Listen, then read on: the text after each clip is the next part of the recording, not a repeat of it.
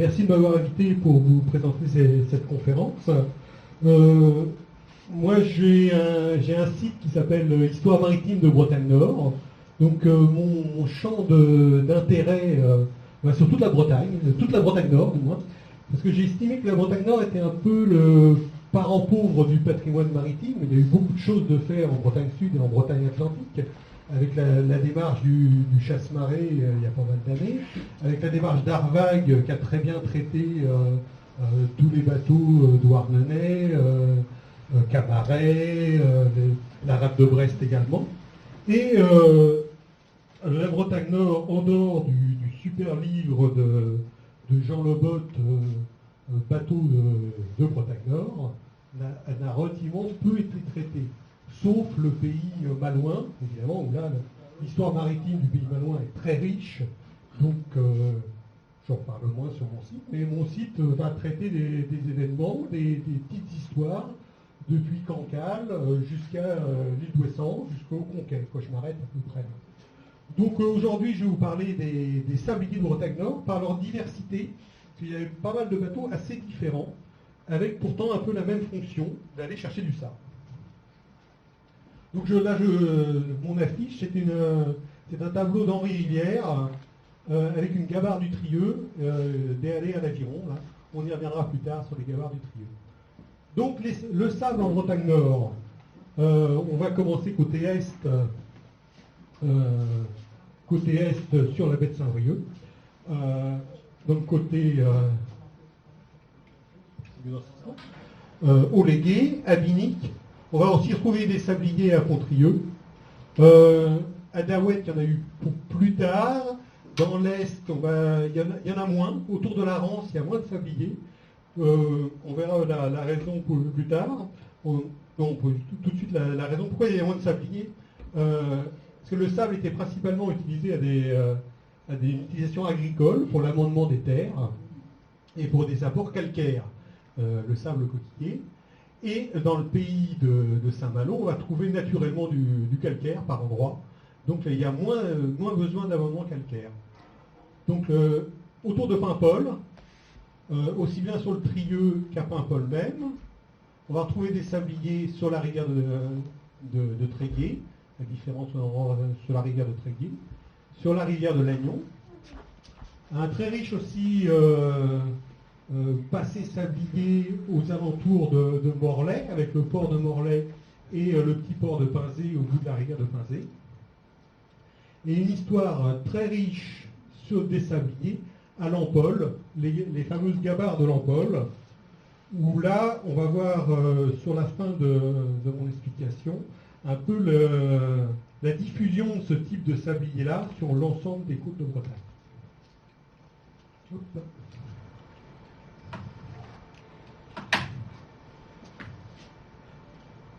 Donc pourquoi du sable coquillier? Je viens de l'évoquer un petit peu. Principalement en abandonnement des terres. En Bretagne, l'agriculture est active. Elle a toujours été active. Mais par contre, les terres sont assez acides. Par endroits, les terres sont assez lourdes. Il faut les alléger également. Mais pour compenser l'acidité, apporter du calcaire, on va l'apporter avec du sable coquillier ou du merle. Alors le merle est une algue entourée de calcaire. C'est un matériau vivant. Donc là, une photo de merle sous l'eau. Donc il va se présenter sous forme de concrétion rougeâtre. Et le merle, une fois séché, va devenir blanc. Et va être compressé. Et le merle est très riche. Il est très riche en calcaire et en autres corps qui vont apporter à la terre pas mal de compléments assez intéressants pour l'agriculture. Le sable coquillier, lui, est plus simple.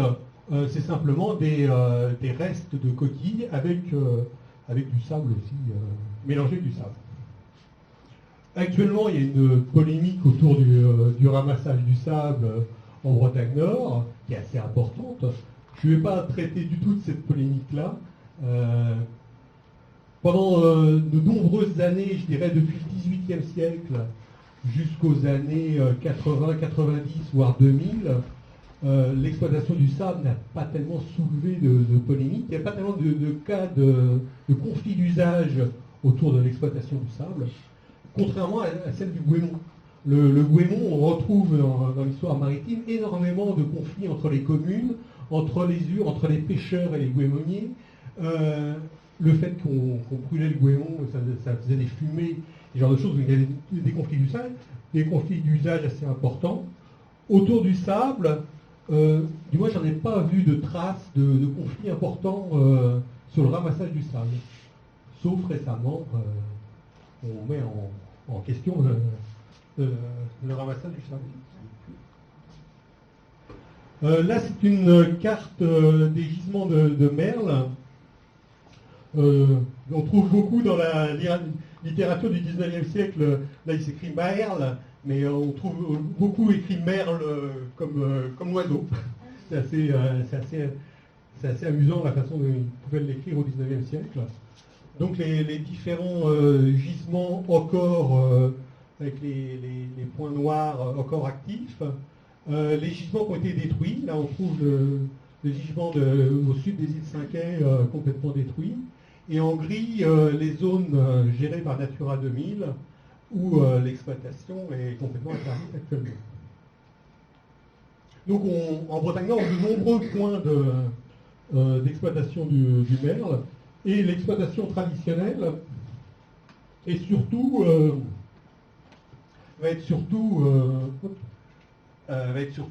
sur la baie de Saint-Brieuc, sur le pays de Paimpol, sur la baie de Morlaix et sur l'Iroise. Le pays de Saint-Malo, les Chauzets, n'a pas été exploité de manière ancienne, parce qu'il y avait moins de besoin de sable dans ces endroits-là.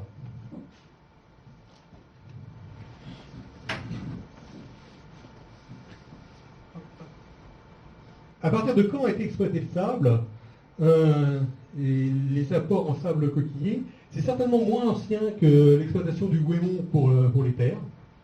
Ça vient un peu de l'agriculture et de l'agronomie raisonnée, l'arrivée des études scientifiques d'agronomie commencé au 18e, il y a eu beaucoup de questions pour augmenter la production, mais surtout au 19e. Donc début du 19e, après, même sous l'Empire, on a commencé à penser aux amendements calcaires pour les champs. Et puis tout au cours du 19e, on a beaucoup raisonné sur améliorer les terres pour pouvoir améliorer les productions. Donc en Bretagne, on a énormément exploité le sable à ce moment-là. Là, c'est un extrait d'un rapport d'un livre d'agronomie de 1851 qui montre les différents bancs exploités ici en baie de Saint-Brieuc, donc autour des îles Cinquet, autour de Paimpol aussi, et autour du Trieux. Donc les bancs ce sont les mêmes bancs qui ont été exploités plus tard, donc dès 1851 on trouve une exploitation assez importante, mais les quantités à cette époque-là restent relativement faibles, évidemment moyennement. Ils sont comptés en mètres cubes, donc les bancs autour des îles Cinquet, 30 000 mètres cubes par an, autour de Paimpol, 8 000 mètres cubes, autour du Trieux, 40 000 mètres cubes. Donc c'est quand même des quantités non négligeables. Donc là, un peu plus loin, sur la rivière de Tréguier, 22 000 mètres cubes exploités. Des bancs aussi devant Port-Blanc, des bancs en baie de Perrose. En baie de Perrose, ils sont moins exploités devant Port-Blanc. Et autour de la rivière de Lannion, à la sortie de la rivière, autour de Molène, même des Peignes, des endroits un peu plus distants, 24 000 mètres cubes. Là, dans le Finistère, les quantités sont très importantes aussi aux alentours de la rivière de Morlaix, 31 000 mètres cubes. Là, on voit également l'anse de Goulven, mais ça va être une exploitation un petit peu différente. Et la baie du Conquet, qui n'était pas encore tellement exploitée à cette époque-là. Elle sera exploitée plus tard. Donc là, maintenant, on va voir les techniques de récolte. Bon, mon illustration n'est pas sur de la récolte excusez-moi. N'est pas sur de la récolte de sable, c'est pour faire le lien local avec les Louvres du Légué. Là, c'est une photo aux alentours de 1880 d'un Louvre en carénage sur la grève au Légué.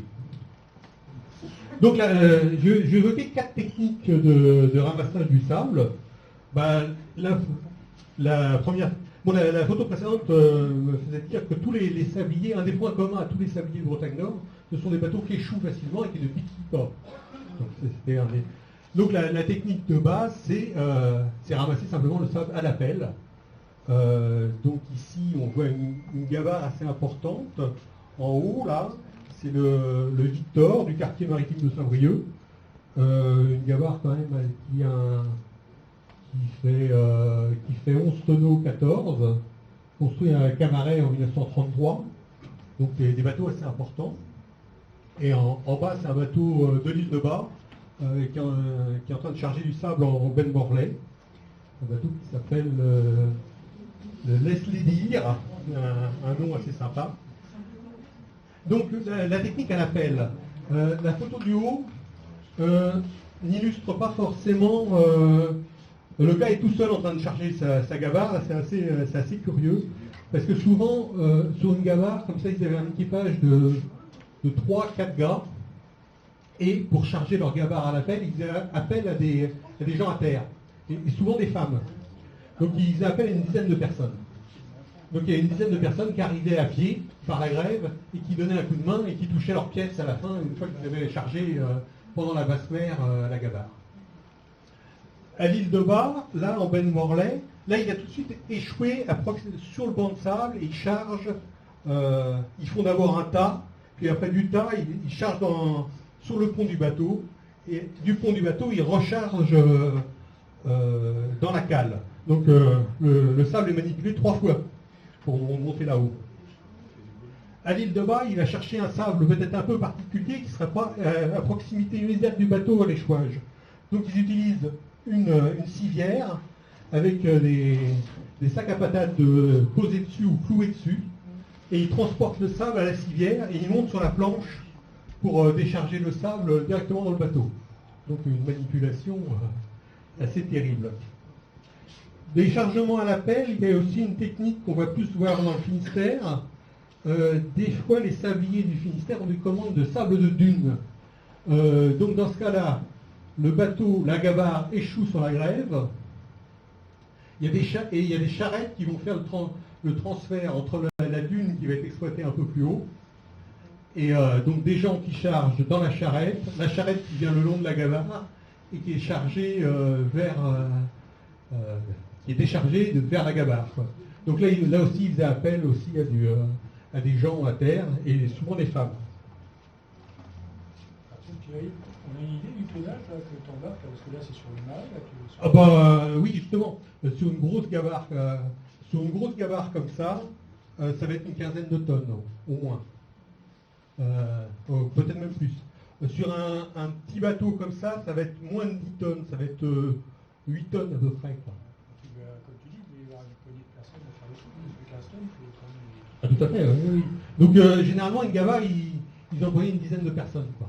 Donc une dizaine de personnes plus l'équipage, quoi. Donc ils étaient 14, presque 14, quoi, chargés. Et en plus de ça, ça dépend de l'endroit où il échoue, parce que ça va être plus ou moins long en fonction de la marée, quoi. Et c'est pour ça qu'ils n'aimaient pas tellement charger pendant les morteaux, parce que pendant les morteaux, le bateau va mettre un certain temps à être au sec, et ils commencent à pelleter le sable alors qu'ils sont dans la flotte, quoi. Donc le sable est vachement lourd, plein de flotte, et ils ont de l'eau à mi-cuisse ou en faisant le tas de sable à côté de la gabarre, quoi. La seconde technique, à la drague. La drague à sable, là on trouve un bateau du Légué. La drague à sable, ça ressemble un petit peu à la drague à coquille, mais au lieu d'avoir un sac en maille métallique, c'est un sac en toile, une grosse toile qui n'est pas imperméable à l'eau. et ils remorquent la drague à la voile. Donc ils font des bords à la voile. Donc c'est des bateaux, souvent, qui ont un double usage, qui vont faire du chalut, qui vont faire de la drague aux poissons, et qui vont faire aussi de la drague à sable. Donc la drague à sable, elle fait à peu près 1 m 20 de long, et elle ramasse à chaque fois une cinquantaine de kilos de sable, à peu près. Et donc là, beaucoup de travail pour ramener la drague à bord. Donc là, ça se fait dans des fonds plus profonds que ce qu'on a pu voir précédemment. Donc là, ça va être pour le dragage à la fois du sable et du merle aussi. Le merle va être dragué par les dragues, comme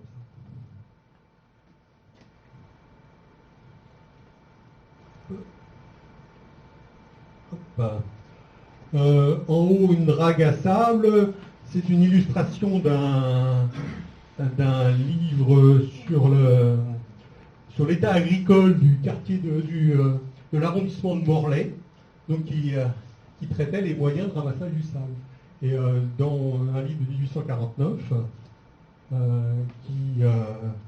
qui explique que les gabarres de Morlaix avaient un équipage de 3 hommes et qui jetaient la drague et qui la relevaient assez rapidement, parce qu'elle va se remplir très rapidement.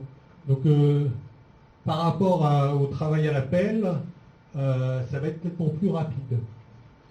Là, c'est un Louvre du Légué, c'est l'extrait d'une carte postale assez connue, et on retrouve cette drague sur une potence, là. Et aussi bien sur les Louvres du Légué que sur d'autres bateaux, pour relever cette drague-là, ils n'ont pas de guindeau, ni ce qu'on appelle dans le pays de Cancale des moulinets. Ils relèvent directement à la main. Donc un équipage assez nombreux également.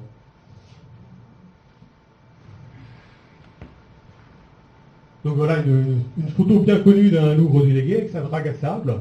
Là, il rentre en étant bien chargé. Donc on voit les marques de franc-bord, le liston, là c'est la limite du pont.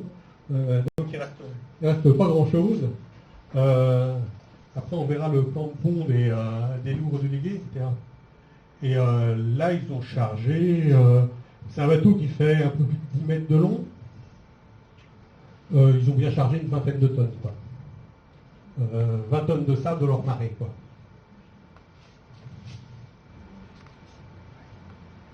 Une technique intéressante, la drague à perche. La drague à perche, on va la retrouver principalement en rivière de Tréguier et sur le Trieux également, sur les gabarres du Trieux. Alors là, c'est très particulier. On va passer un peu plus de temps à regarder ça. Donc c'est le bateau, là, il a pratiquement fini son chargement. Il est équipé d'un treuil qui permet de tirer sur un cordage. Et ce cordage va passer dans une poulie qui se trouve en abord, là, et va descendre au bout de la perche avec une espèce de godet ici. Donc c'est un sac avec une lame devant qui va être fixé au bout d'une grande perche. Et la grande perche, elle est quand même assez longue. Le bateau doit faire à peu près 8 mètres de long, mais là, elle dépasse bien de 2 mètres à l'avant, et puis elle dépasse aussi à l'arrière. Donc ces perches-là étaient vraiment très longues et permettaient de draguer le sable. Donc ça rejoint les techniques des dragues des ports anciennes.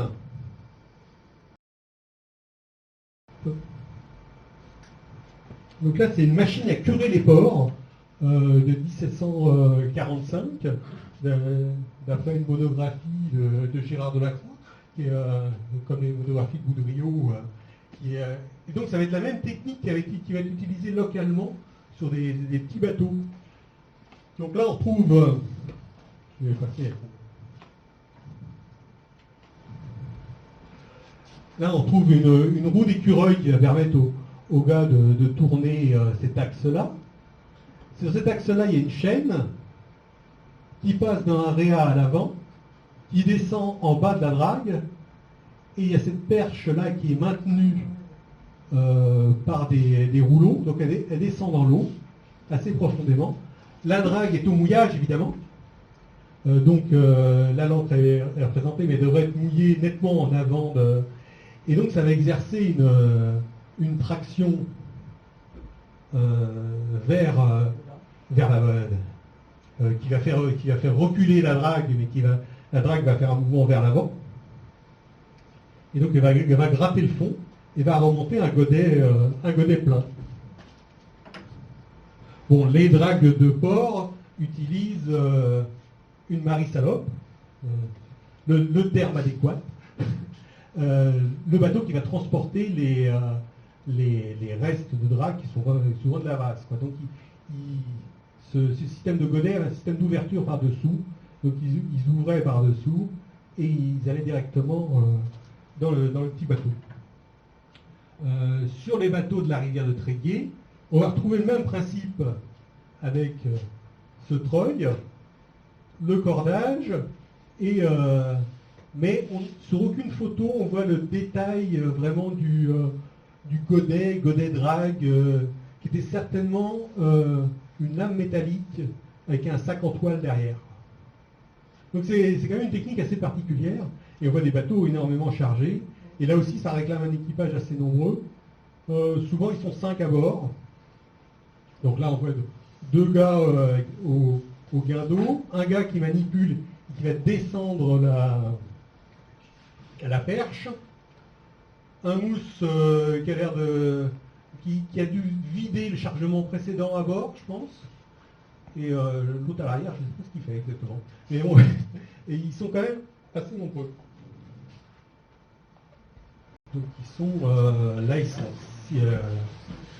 sont 5 à bord. Et enfin, la dernière technique, la technique qui va apparaître avec la motorisation, la technique de la benne, qui apparaît dans les années 30, quand on commence à avoir des treuils motorisés. Les premiers treuils motorisés sont des treuils avec un moteur de pont. Il y a un petit moteur à essence sur le pont qui va uniquement mouvoir le treuil. Des fois, les bateaux n'ont pas encore de moteur. Donc, un petit moteur sur le pont qui va uniquement servir au treuil. Et ce godet qui va charger plus profondément directement. Donc une évolution dans les moyens de draguer le sable. Ici c'est à bord d'un sablier d'Île-de-Bas, c'est à bord de la Sainte-Thérèse, et le gars avec son ciré c'est Jaco Cabioche. Ça a été un interlocuteur formidable pour le livre de Yann Rioux qui s'appelle Marin et gabarier d'Île-de-Bas, où Yann Rioux a beaucoup collecté auprès des gabariers de l'Ampol et avec Jaco Cabioche autour de l'Île-de-Bas. Donc là, Jaco Cabioche a été patron de ce bateau-là en 47, donc c'est une photo vers 47. Donc toujours pour illustrer un dessin d'Henri Kérisy, du Talisman, un sablier qui a été à Lannion sur la fin de sa carrière et dont l'épave est toujours, du moins ce qu'il en reste, il doit rester un bout de quille et quelques membrures et toujours sur la rivière de Lannion. Donc là on voit bien le principe de la drague qui est appelé par endroits également le crapaud, parce que ça ressemblait un petit peu à un crapaud. Et là il y avait ce qu'on appelle la cloche. Quand la drague remontait au niveau de la cloche, il y avait un système mécanique qui s'emboîtait l'un dans l'autre et qui permettait l'ouverture directement de la drague au-dessus du panneau de cale. Donc elle descendait ouverte, elle restait ouverte, elle tombait au fond de l'eau, elle se refermait sur le sable, et quand il tirait dessus, elle remontait fermée, et mécaniquement elle s'ouvrait à nouveau juste au-dessus du panneau de cale, quoi. Donc là c'est des bateaux motorisés, mais qui sont quand même issus de bateaux à voile. Celui-là a été construit en 1927 à Camaret. Au départ, c'était un sablier à voile. Il était motorisé depuis le départ.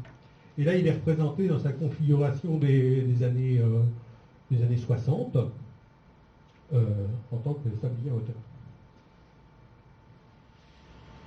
Donc les sabliers de Bretagne Nord, c'est vraiment d'aller de la mer à la terre, parce qu'on a vu l'usage agricole du sable. Là, c'est une photo de la rivière de l'Agnon. Donc, là, on va voir maintenant les différents types de bateaux. Et en fonction des lieux où ils exploitent le sable, les formes différentes et on va avoir une certaine variété, à la fois dans la forme du bateau, dans la taille du bateau, dans leur gréement, qui vont être très différents. Mais la fonction, c'est toujours d'aller de la mer à la terre, d'apporter du sable marin vers des endroits agricoles, souvent des petites villes de fond d'estuaire ou des ports maritimes. Donc on va commencer par les lougres du Légué. Là, je vais pas vous faire l'affront. Je suis quand même au pays des lougres du Légué, donc je ne vais pas vous faire l'affront de vous faire un cours sur les lougres du Légué, parce que vous les connaissez bien. Mais on voit une certaine diversité. Les lougres du Légué, leurs deux fonctions principales, ça va être le chalut et la drague à sable. Et le nombre des lougres du Légué a surtout augmenté avec l'arrivée du chemin de fer à Saint-Brieuc en 1866, il me semble, quand la pêche s'est vendue plus facilement. Avant, il y avait assez peu de bateaux de pêche et assez peu de bateaux de sable. D'ailleurs, dans l'état de 1851 d'agronomie, on voyait les différents bancs exploités. Sur le nombre de bateaux, ceux du Légué n'étaient pas vraiment identifiés, alors qu'à Binic et Portrieux, ils étaient plus identifiés. Les lougres du Légué se caractérisent par leur gréement de lougre, avec leurs deux mâts, misaine, grand mât, mais les formes de coques sont assez variées. Là, on va voir un bateau à voûte. Là, on va voir un bateau à voûte avec une voûte assez longue, un bateau à voûte assez courte. On voit des bateaux, ce qu'on appelle à cul carré, donc à tableau avec une petite préhausse au niveau arrière du tableau, et des formes un peu plus massives. Généralement, les lougres, par contre, ils étaient à peu près, même dans ces formes différentes, ils étaient à peu près tous de la même taille, aux alentours de 10-11 mètres de long. Donc le plan de pont de lougre du Légué assez ancien, bateau ponté, avec un tout petit panneau de cale entre les deux mâts, là, et un espèce de, ce qu'on pourrait appeler actuellement cockpit, à l'arrière. Donc il charge le sable, à la fois en grande partie sur le pont, et aussi en partie dans la cale. Mais on voyait sur les photos, sur la photo précédente, on a encore un pont à sable sur le pont, quoi. Donc d'un point de vue stabilité de bateau, c'est pas forcément top. Mais bon, c'est des formes aussi assez porteuses et avec des formes assez stables. Mais on va voir pire d'un point de vue stabilité de bateau tout à l'heure. C'est plus dangereux. Les lougres du Légué étaient assez sûrs parce que c'était quand même des bateaux pontés. Bateau ponté, très belle photo que vous trouvez par Philippe. Là, sur la droite, c'est un bateau qui s'appelle Le Génie, qui a été construit à Roscoff en 1905, qui fait 10,98 mètres de long, pour François Urvois et Le Guen. François Le Guen. Donc des formes assez porteuses, mais quand même un sacré tirant d'eau. Un sacré tirant d'eau, mais des bateaux qui échouent quand même assez facilement. Donc qui avaient béquilles ou qui n'avaient pas de béquilles. Parce que quand on les voit au Légué, ils sont échoués sur la vasière, évidemment ils n'ont pas de béquilles, parce qu'on ne peut pas échouer des béquilles. Et une surface de voilure assez importante et assez modulable. Pourquoi? Parce qu'ils avaient quand même du transport à faire sur une distance assez importante. Quand ils exploitaient le sable souvent aux alentours des îles Cinquet. Donc il fallait quand même rentrer au Légué avec leur chargement, ça faisait quand même pas mal de milles à parcourir. Ils ont quand même un tirant d'eau assez important et une forme pour remonter au près, pour un bateau de charge, une forme assez adaptée pour une navigation toute à la voile. Et les gars du Légué, vers 1890-1900, aimaient bien commander leur bateau à Roscoff, c'est assez étonnant, au chantier Quai-Renfort. Donc il y a eu beaucoup de commandes depuis le chantier Quai-Renfort. Voilà, il y a un bateau qui a moins de tirant d'eau, qui est peut-être plus local, c'est moins caractéristique. Mais souvent les louvres du Légué avec un tirant d'eau assez important. Un dessin d'Henri Kérisy d'un Louvre qui s'appelle L'Aventure, qui est assez amusant par sa peinture de pavois et avec des espèces de sabords ronds. Donc c'est, à mon avis, c'était un original du Légué qui avait peint son bateau comme ça, parce qu'on n'en trouve pas d'autres. Et ça a amusé Henri de le dessiner. Et il y a une jolie aussi peinture à volute sur l'avant du numéro. Et là, on retrouve aussi les formes un peu typiques de Roscoff. Bateaux qui paraissent assez carrés comme ça, mais avec une différence de tirant d'eau quand même assez importante. Un tirant d'eau arrière assez important. Et une des caractéristiques de Roscoff, très peu de tonture. On va retrouver aussi sur des cotres de... La tonture, c'est la courbure du pont, là. Donc les bateaux avaient assez peu de tonture et une bonne surface de voilure pour tirer sur les dragues. Là, c'est dans ma collection personnelle, c'est un Louvre que je n'ai pas identifié, qui est peut-être pas du Légué, qui est peut-être d'Erquy. Et il est oui, il est SB, mais Erquy, c'était encore le quartier maritime d'Aouette et Erquy était au quartier maritime de Saint-Brieuc également.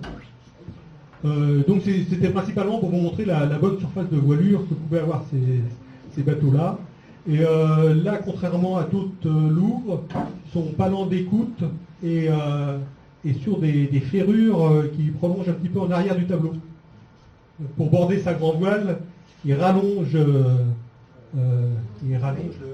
la voûte qui est assez courte.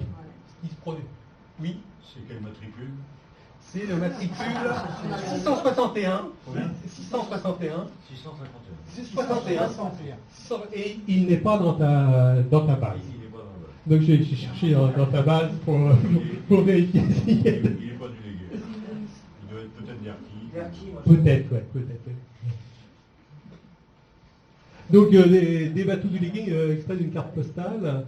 Ici l'Aigle, c'est un bateau à voûte qui a été construit à Paimpol en 1880. Donc on s'aperçoit qu'il y a des bateaux à voûte assez anciens aussi. Ici, un bateau construit à Binic, qui s'appelle les Trois Frères. Et un autre, ça a l'air d'être, j'ai eu du mal un peu à trouver le numéro, mais il a l'air d'être le SB 845 et ça serait le 100 000, un nom assez amusant, construit à Roscoff en 1904. Donc 3 bateaux, 3 mêmes fonctions, quoique l'Aigle là est armé au chalut, on voit le chalut qui sèche, alors que celui-là, les Trois Frères, SB 540, lui est armé à la drague, et celui-là a l'air d'être désarmé. Donc même fonction, même taille de bateau, mais des formes très différentes. Donc on voit une certaine variété au Légué, et l'excellente base de données du site Histoire maritime du Légué nous montre bien l'origine des bateaux.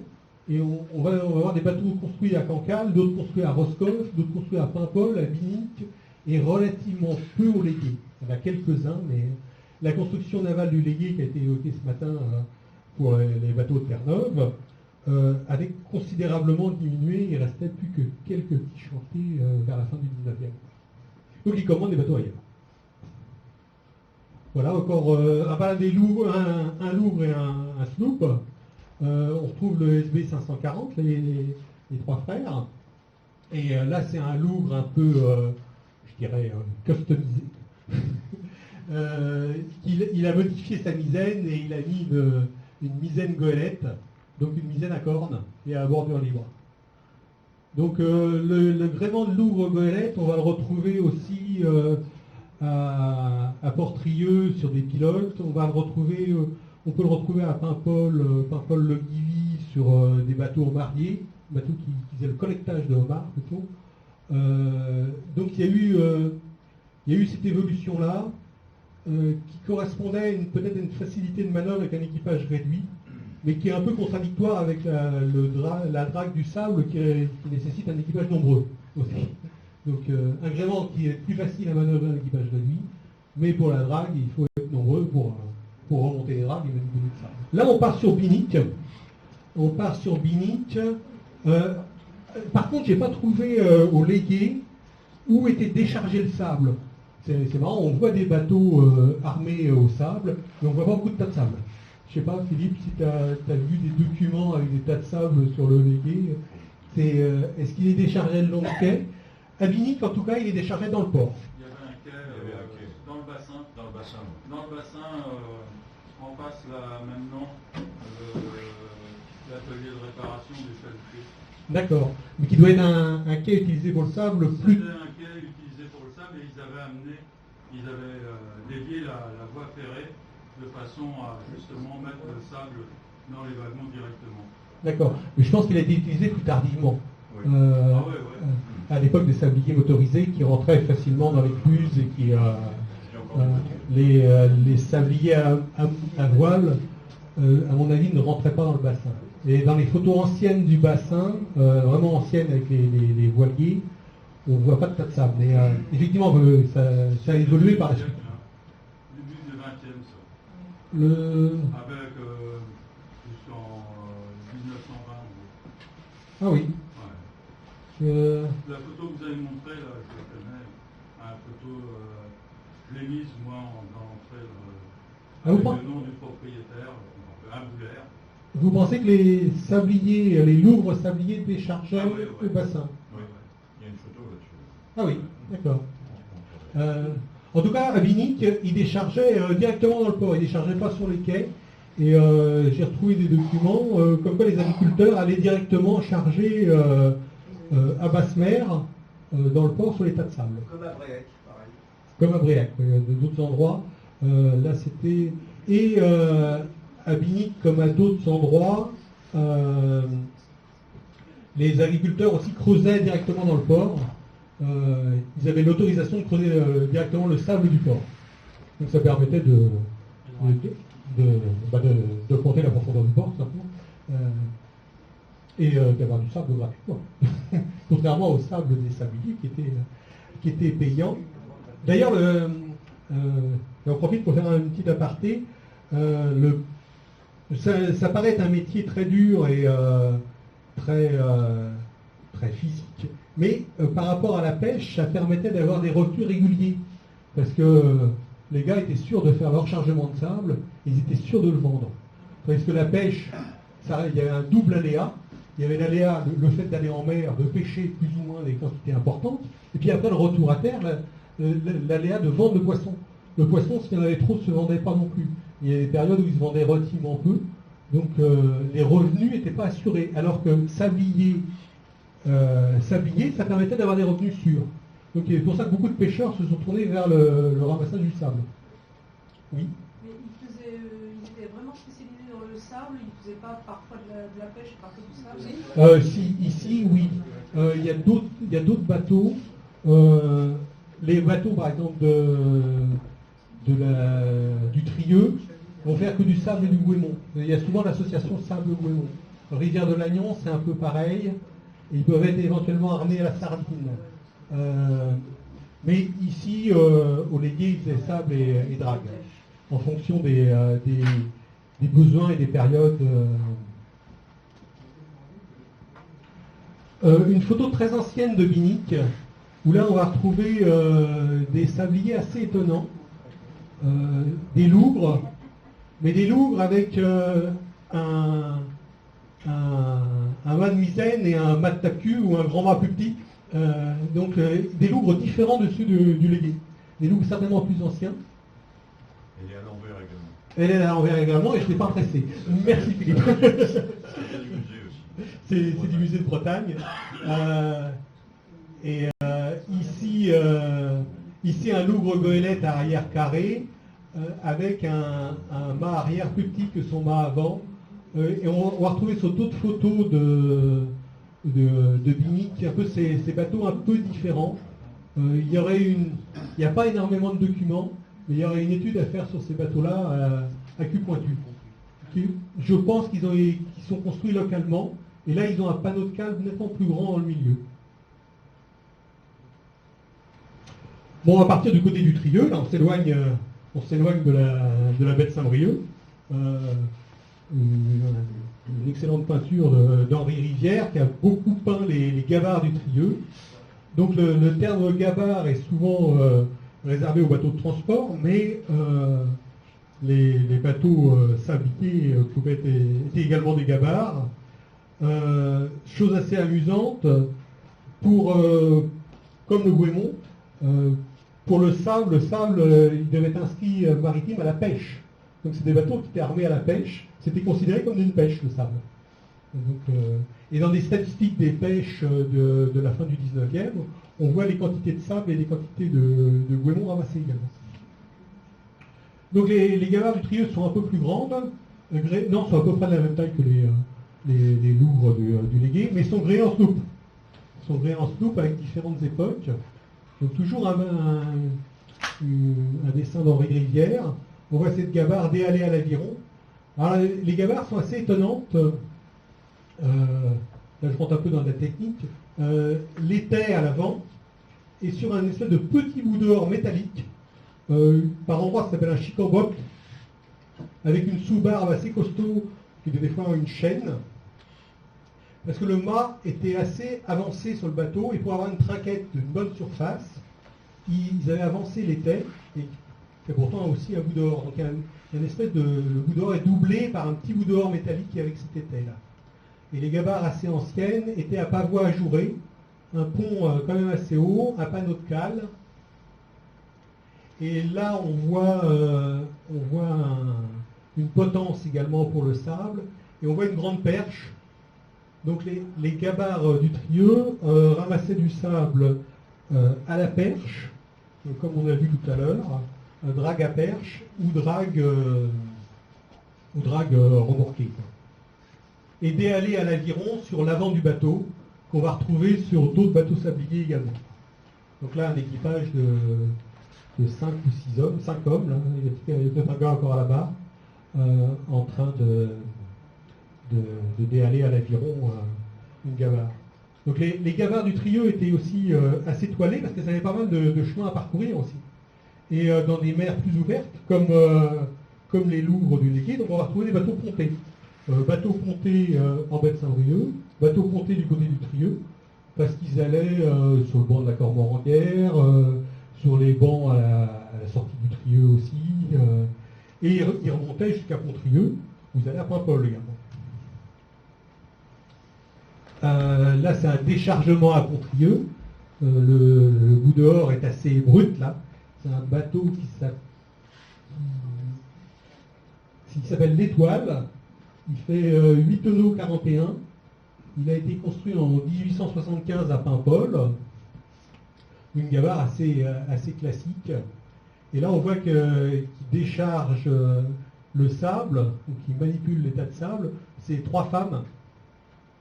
D'ailleurs, cette gabarre a eu 3 propriétaires. Il y a eu Jean Lepont de Pont-Trieux, Yves Le Floch en 1894, et à partir de 1906, il appartenait à Mademoiselle Perrine Lelay. Donc c'est peut-être Perrine Lelay qui était la propriétaire de la gabarre qui décharge à la peine. Bateau assez brut. Et là, on voit la sous-barbe qui est assez haute aussi pour éviter d'être dans l'eau parce que le bateau est chargé. Avec le pavois ajouré, un gréement assez simple aussi. Là, un détail d'une carte postale de Pont-Trieux à Guadeloupe. Et là, on voit l'arrière des gabarres, un arrière assez ancien, ce qu'on appelle un arrière en lutte. Donc il y a une partie de la voûte qui forme une forme concave et qui est bordée dans l'autre sens, qui est bordée en travers. C'est pas une voûte classique, quoi. C'est pas une voûte longue, c'est quelque chose d'intermédiaire un peu entre le tableau et la voûte, très 19e siècle, alors que c'est des bateaux construits aux alentours de 1870. Ce qui est assez étonnant, c'est que les bateaux sabliers avaient quand même une activité assez dure, mais avaient une durée de vie assez importante quand même. Mais bien qu'ils échouaient souvent avec du chargement, et souvent ils étaient quand même dans des estuaires et ils échouaient dans de la vase assez molle, donc ils souffraient moins que des bateaux de pêche qui pouvaient avoir des échouages plus durs dans des ports moins abrités. Donc le gréement de Gabard, on voit une bonne surface, une grand voile assez vraiment très haute. C'est ce qu'on voit également dans les dessins d'Henri Rivière. Et dans les dessins d'Henri Rivière, au premier coup d'œil, on est presque surpris par la forme des gabarres. On a l'impression qu'elles sont trop allongées en hauteur. Et là, sur une photo ancienne, on voit ce même allongement et ce grand mât très sur l'avant, avec l'étai de mât sur l'avant, avec le petit bout de or métallique et cette sous-barbe en avant. Là, elle n'est plus à pavois ajouré, elle est à pavois plein, avec une portière dans le milieu pour le chargement ou déchargement à la pelle, en cas d'échouage. Et souvent, les gabarres du Trieux naviguent avec leur annexe, avec leur canotte derrière, alors que les lougres du Légué laissaient leur canotte sur le port mort. Sauf sur la photo bien connue, là, où on le voit avec son canotte derrière aussi. Une photo de régate à Paimpol, avec au premier plan une gabarre du Trieux. Là, c'était un peu jour de fête. Les femmes étaient à bord, donc il y a 4 dames là, et puis il y a une dame avec son cabas à l'avant là, qui a l'air d'être pressée de descendre, j'ai l'impression. C'est certainement une veuve, elle a une coiffe sombre. Et la gabarre arrive le long du quai sous trinquet de sol là, et les autres sont plutôt des sloops de pêche, certainement des logifiens derrière.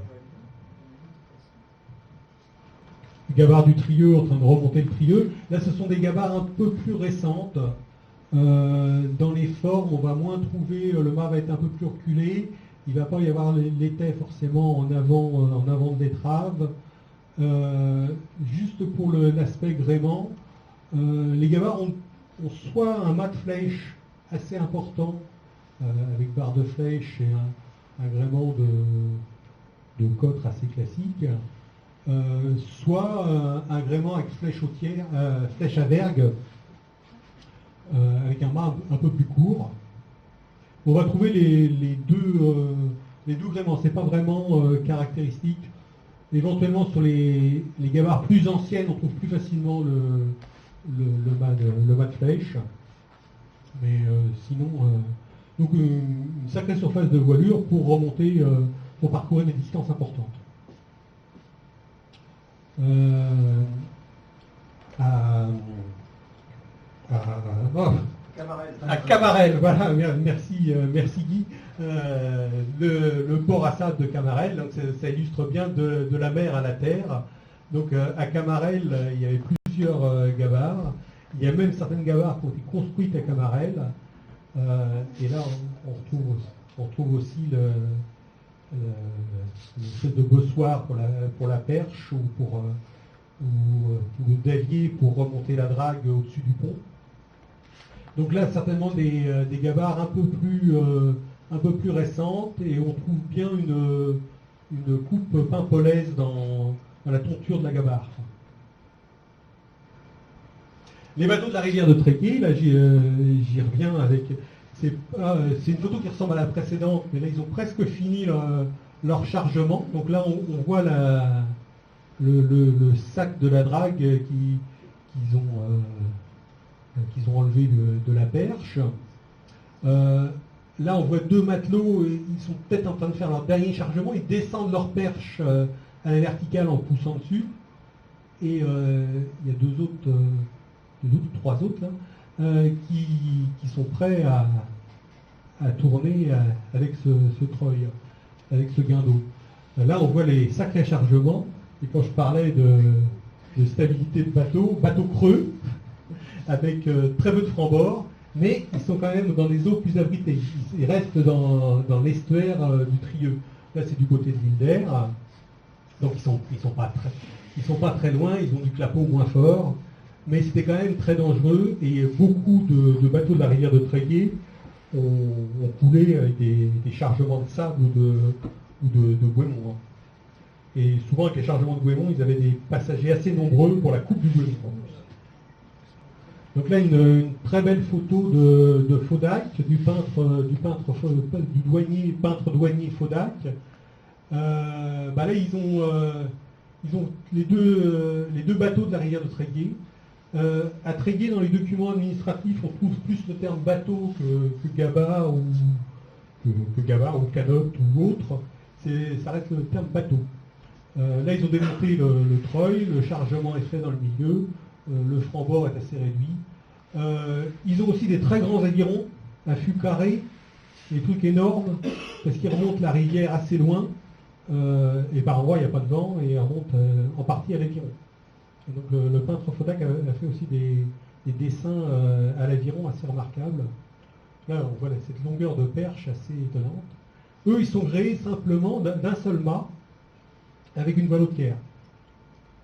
Donc on voit la une sous voile. Donc repartir à la voile avec ça de franc-bord, il ne faut mieux pas avoir trop de vent ni trop de mer. C'est pas avec cette grande perche sur le côté.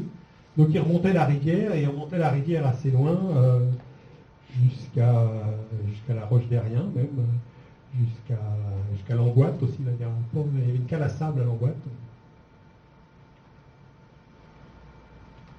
Donc un dessin de Fodac qui a bien dessiné le chargement, la grande perche et cette grande misaine avec un rond de bordure très important pour passer au-dessus du tas de sable. Donc voilà, la voile était adaptée pour passer au-dessus du tas de sable ou du tas de goémon. C'était voilure adaptée. Donc une bonne surface de voilure.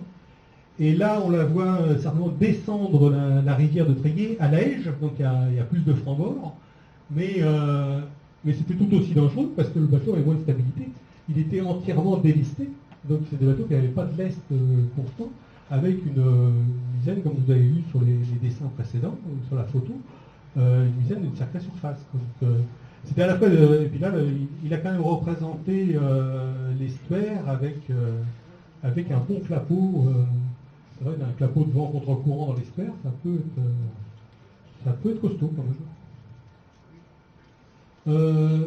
Là, un canot différent, mais c'est pour montrer qu'il remontait, il y a un chargement de sable, qui remontait jusqu'à l'Angoite, qui est plus du tout maritime maintenant, mais il reste encore les traces de ce quai en partie submersible. Donc il remontait très loin. Lui, il n'a même pas de voilure, c'est tout à l'aviron. Donc depuis l'entrée de la rivière de Tréguier jusqu'à l'Angoite, ça fait quand même pas mal de milles. Évidemment, il remontait avec la marée. Ils ramassaient leur sable à basse mer à l'entrée de la rivière, et ils avaient tout le courant pour remonter jusqu'en haut. Un métier un peu de forçat. Donc on passe dans les bateaux de la rivière de Lannion. Par ce plan de l'amiral Paris, d'un bateau de la rivière de Lannion. Celui qui a été représenté dans les souvenirs de marine de l'amiral Paris, c'est assez long. Il y a eu différentes longueurs, différentes largeurs. Celui-là est quand même assez grand et fait certainement partie des plus grands. Là, c'est un dessin de Lebrun. On s'y retrouve le même.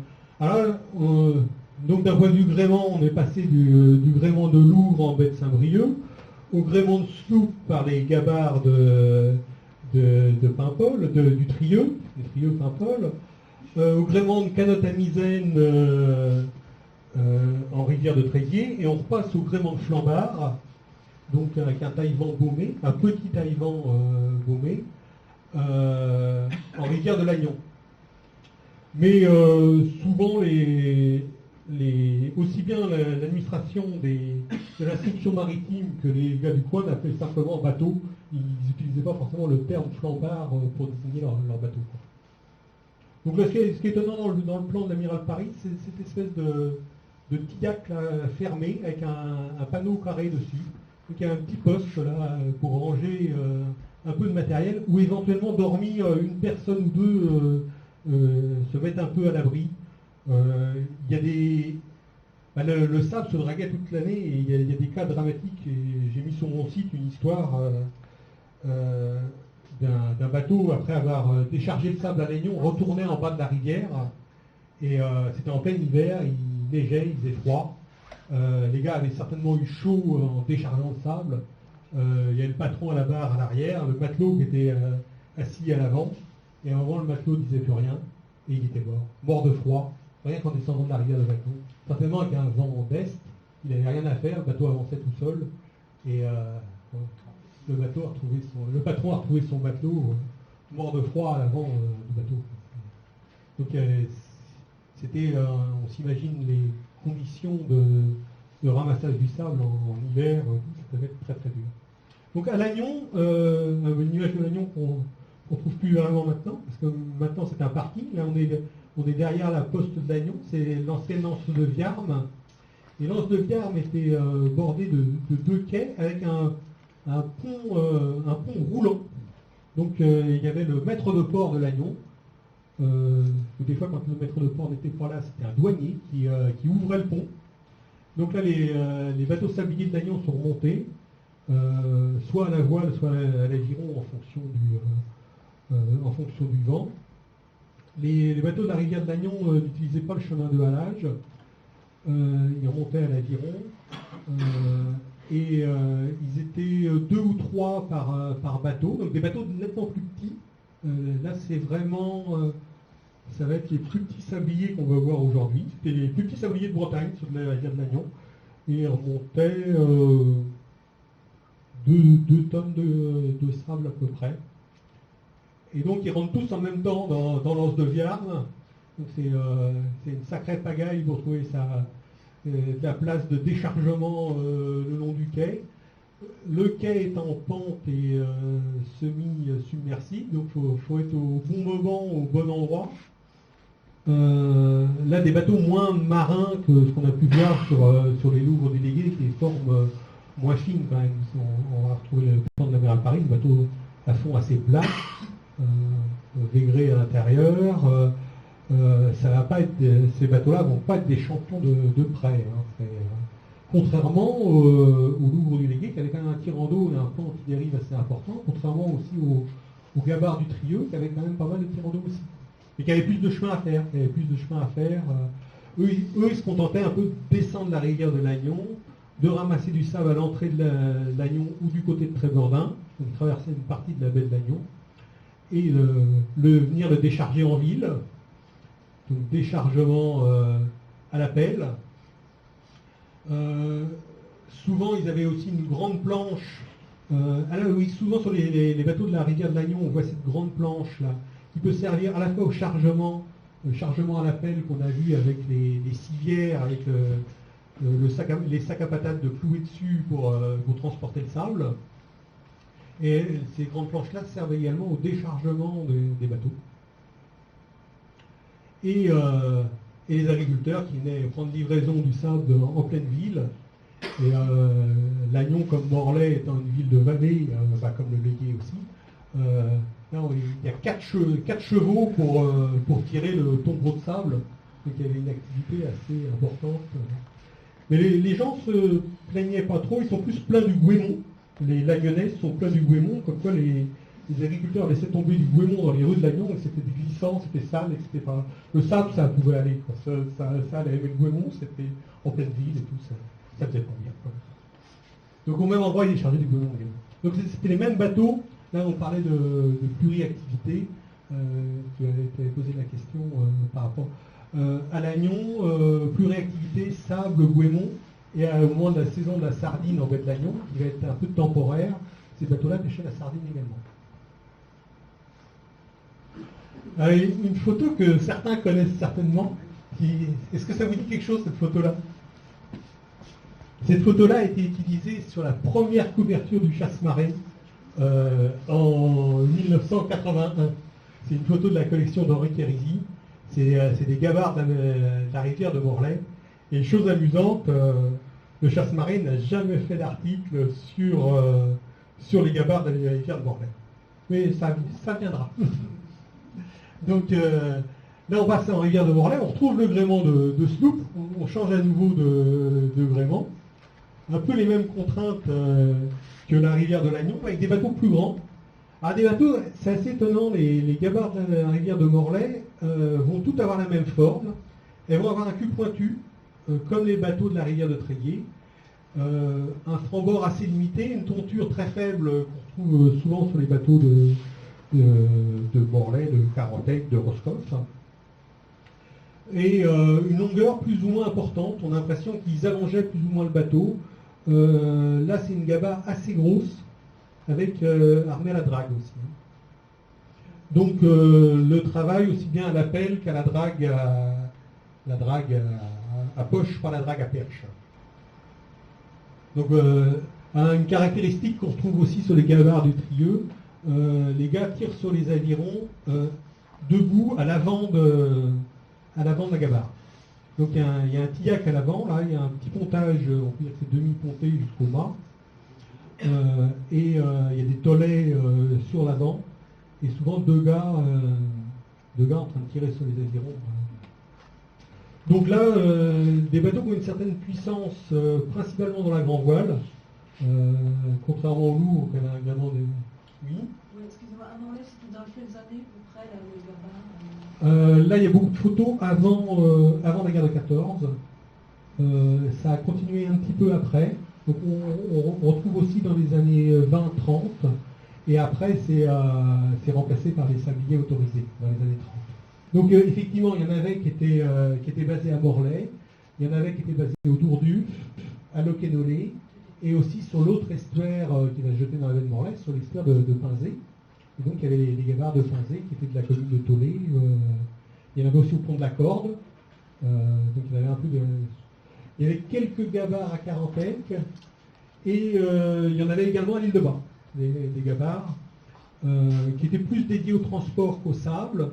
Mais ponctuellement, elle faisait du sable, et elle faisait aussi du sable, on a évoqué le sable pour les agriculteurs, mais elle faisait aussi du sable pour faire du béton, dès les années 20. Par exemple, le deuxième quai de Roscoff, c'est de la pierre et du béton, et le sable était entièrement fourni par les gabarres de l'île de Bas, qui allaient chercher du sable à la pelle, sur les bancs de sable du chenal de l'île de Bas, et qui allait le livrer à Roscoff. Il y avait peu de distance à faire, mais justement, là, c'est un équipage d'une gabarre de l'île de Bas. Lui, c'est certainement Glaudin Cabioche, un des 9 frères Cabioche. Son père avait eu 11 enfants, 9 gars et 2 filles. Et tous ces gars se retrouvaient à être gabariers, à être autour des bateaux, et ça a fait une descendance pas possible, et la famille Cabioche reste encore très active à l'île de Bas. Et au départ, c'était un ouvrier, son père était ouvrier agricole, Claude Cabioche, il s'était installé à l'île de Bas tout seul. Et il s'était mis à faire le transport de matériaux et le transport de sable, alors que c'était pas du tout une famille de marins au départ. Un ouvrier agricole avec ses fils se retrouvait à faire les gabarres. Et là, ils sont en train de descendre la rivière de Morlaix à l'Aviron. C'est une photo de ma famille. Et pour rejoindre l'île de Bas. Donc, en rivière de Morlaix, ils utilisaient aussi le chemin de halage. Là, on aperçoit la cordelle, et il y a un terme spécifique sur la rivière de Morlaix qui disait quirriguer. Quirriguer, c'était haler les bateaux. Et Yann Rioux a fait un article là-dessus, assez étonnant, sur l'origine de ce mot. Et donc là, elle descend à sec de toile, et l'autre est en train d'essayer de remonter au près, et à mon avis, celui qui se fait déhaler à la cordelle, aller nettement plus vite que, bien sûr, avec le courant de marée en train de descendre la rivière. Donc on imagine quand même toute la rivière de Morlaix à descendre, draguer le sable à l'entrée, sur les bancs à l'entrée, beaucoup de bancs de merle, du côté du château du Taureau ou même plus à l'extérieur. Et puis après remonter la rivière. Un bateau qui faisait des allers-retours comme ça, qui n'allait pas forcément loin. Hein. Et donc là voilà une photo un peu de mauvaise qualité mais qui est intéressante. Une gabarre de la rivière de Morlaix en train de rentrer à la voile en baie de Morlaix. Donc aussi franc-bord très limité pour un bateau creux, on s'imagine le danger, et le danger en rivière en particulier. Et il y a eu des naufrages vraiment bêtes, quoi, des bateaux qui se faisaient coucher, des bateaux qui revenaient avec un chargement de sable comme ça, du côté de Locquenolé en particulier. Le vent qui peut s'accélérer au moment où la rivière se resserre, et bateau qui se faisait coucher et qui coulait tout de suite quoi, avec son chargement de sable. Et il y a eu une gabarre de l'île de Bas avec la famille Boïc, le père qui était avec ses deux jeunes gars, le père qui devait avoir une cinquantaine d'années, et ces deux jeunes gars, je crois qu'il y en avait un qui avait 16 et l'autre 18 ans. Et le bateau qui revenait avec un chargement de sable comme ça, la gabarre se fait coucher par une rafale, et le père a sauté dans le canot, ils avaient un canot en remorque, et le père a sauté dans le canot, il s'est retrouvé dans le canot, et les deux fils se sont retrouvés noyés. Il a essayé de les retrouver avec son canot, mais il a tourné à la godille de tour. Et les deux fils sont partis surface, avec son bateau qui est au fond de l'arrière. Donc des drames comme ça de sablier. Un peu dans ces coins-là, là c'est en face du Dourduf. C'est une très grande gabarre, là, c'est certainement les plus grandes gabarres de la baie de Morlaix en train de remonter, avec son canot en remorque. Et là on voit toute la puissance dans la grand voile. Quoi. Là c'est les bateaux typiques de Morlaix, là, c'est toute la puissance pour la drague et tout, c'est dans la grand voile. Quoi. Ils ont une trinquette qui est assez fine, assez haute, ils ont un bout d'or qui est assez long quand même, mais avec un foc. Contrairement aux gabarres du Trieux, les gabarres de la baie de Morlaix n'envoyaient jamais de flèches. Quoique. J'ai vu une photo récemment, le mois dernier, de gabarres avec des flèches, mais c'était pendant une régate. Mais, il y avait plusieurs gabarres avec un flèche, ils avaient peut-être emprunté un flèche sur notre bateau, c'était la seule fois. Donc ils remontaient jusqu'à la ville de Morlaix, où ils déchargeaient le sable. Donc là, il y a quand même une certaine hauteur de quai, donc il fallait balancer le sable sur le quai. Et là, il y a des gars qui reprennent, parce que le maître de port voulait que le long de la barrière, il n'y ait pas de tas de sable, que les tas de sable soient en amont des vitres d'amarrage. Donc ils sont obligés de reprendre les tas de sable pour les envoyer un petit peu plus loin. Donc un travail assez terrible. Et souvent les gabarres de Morlaix carguent leur voile comme ça, ils vont hisser le gui avec la balancine, et puis la voile est un peu repliée le long d'elle-même.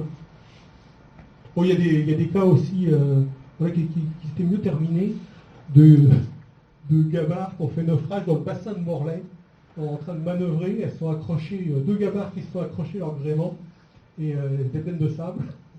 Et puis du fait que le vent tirait dans le mauvais sens, etc., elles sont remplies d'eau, elles ont coulé toutes les deux dans le bassin de Morlaix. Mais là, les gars avaient été repêchés par d'autres gabariers qui étaient à proximité. À Pinzé, donc là c'est vraiment aussi de la mer à la terre, on remonte assez loin, petit port de fond d'estuaire, et là ils déchargent les gabarres, là ils ne peuvent même pas le décharger à la pelle parce que c'est un quai submersible en pente, donc ils déchargent le long sur une grande planche, dans des civières avec une caisse dessus. Donc ils sont obligés de charger les civières avec une caisse pour décharger, pour faire une tas de sable un peu plus loin. Donc le petit port de Pinzé qui paraît tout calme et qui avait une activité de gabarre assez importante. Mais les gabariers n'avaient pas forcément même s'ils gagnaient assez peu, n'avaient pas la réputation d'être pauvres. Hein. C'était quand même un revenu assuré et ça permettait, on voit la famille Cabioche à l'île de Bas, en fin de compte, il a plus ou moins fait fortune en vendant du sable. Après, il y a eu d'autres sabliers, ils ont eu d'autres sabliers motorisés. Mais ça leur permettait d'acheter des bateaux plus gros, éventuellement. Donc voilà, on parlait de sabliers motorisés et de bateaux plus gros. Là, j'arrive sur mes derniers types de sabliers. Les gabarres de Lampol, qui étaient de solides bateaux pontés, au départ, évidemment non motorisés, avec un panneau de cale assez important, un bateau assez large. C'est un dessin d'Henri Kérisy qui est paru dans Arvag. Donc voilà des gabarres de Lampol assez anciennes, échouées à la grève, donc un tirant d'eau assez important, une capacité de charge assez importante, une voilure très importante avec un mât de flèche qui va jusqu'en haut de la photo. Bon, on ne sait pas ce que fait le gars dans le gréement là. Est-ce que c'est le mousse qui s'amusait ou est-ce qu'il faisait un truc particulier ou est-ce qu'il est en train de descendre? On ne sait pas trop ce qu'il fait. Mais c'est une gabarre assez ancienne. Et ces bateaux-là vont évoluer. Ce type de gabarre-là, souvent construite à Camaret, mais il y en a certaines qui sont construites à Paimpol. Aussi, les chantiers de Paimpol ont construit pas mal de gabarres pour Lampol, d'autres chantiers éventuellement, qui faisaient à la fois le sable, le bornage, le cabotage, qui pouvaient faire du transport d'oignons vers l'Angleterre, qui faisaient un peu une certaine diversité qui faisait le goémon aussi sur les îles, qui allaient chercher soit des cendres de goémon, soit du goémon sur les îles également, qui a fait à l'époque où il y avait des besoins en béton aussi du ramassage de galets. Donc ces bateaux-là ont construit Brest avant-guerre. Il y avait déjà des besoins, en particulier sur les aménagements portuaires pour la marine, des bâtiments aussi d'avant-guerre, et ont participé à la reconstruction de Brest après-guerre aussi en fournissant du sable. Donc les gabarres un peu d'origine, les gabarres un peu anciennes, celle-là, l'Hirondelle, construite en 1902 à Camaret, donc c'était des solides bateaux pontés, et qui a navigué jusqu'en 1950 et qui a été démolie en 1954, qui était à Lampol. Donc un peu l'évolution des bateaux avec les moyens. Les gabarres anciennes avec le chargement à la pelle. Donc on cherchait quand même des bateaux qui avaient un petit peu moins de franc-bord. Souvent à pavois assez bas. Ils chargeaient sur le pont et l'îloir de panneau était bas aussi pour pouvoir charger dans la cale. Là, c'est représenté ici. Et quand on voit l'arrivée du crapaud des bennes, avec le treuil de pont et la motorisation, ça va permettre d'avoir un pavois plus haut et d'avoir surtout un îloir de panneau plus haut. Donc là, on augmente la sécurité du bateau, quoi. Mais Yann Rioux, dans son livre sur Paroles de Gavarier, raconte des cas, même à l'époque du chargement à la benne, une gabarre chargée à bloc du côté de Lampol, avec du sable à ras des panneaux. Pourtant, après, il refermait les panneaux avec un prélat, avec les panneaux des panneaux de cale, et un prélat par-dessus. Et dans le chenal du four, la gabarre commençait à embarquer de l'eau comme pas un, obligé d'enlever les panneaux de cale et de décharger le sable en partie à la flotte, à la pelle, parce que là, il y avait 2 ou 3 bateaux sur le tas de sable en train de balancer le sable à la mer pour allonger de quelques tonnes de bateaux pour qu'ils passent plus facilement dans le four. Donc oui, de fois se faire des belles frayeurs quand même. Donc ces bateaux-là, ces gabarres de Lampol, vont un peu se généraliser et vont devenir le sablier moderne. Ça commence dans les années 30 et ça va augmenter énormément dans les années 50. Avec, là, c'est l'aviateur Mermoz, c'est la dernière gabarre de Lampol en activité. Celle-ci a été construite en 1937. Et ce type de gabarre-là, on va les retrouver à Morlaix. On va retrouver des bateaux comme Notre-Dame du Folgouet à Morlaix. On va les retrouver en rivière de Lannion. On va les retrouver à Paimpol.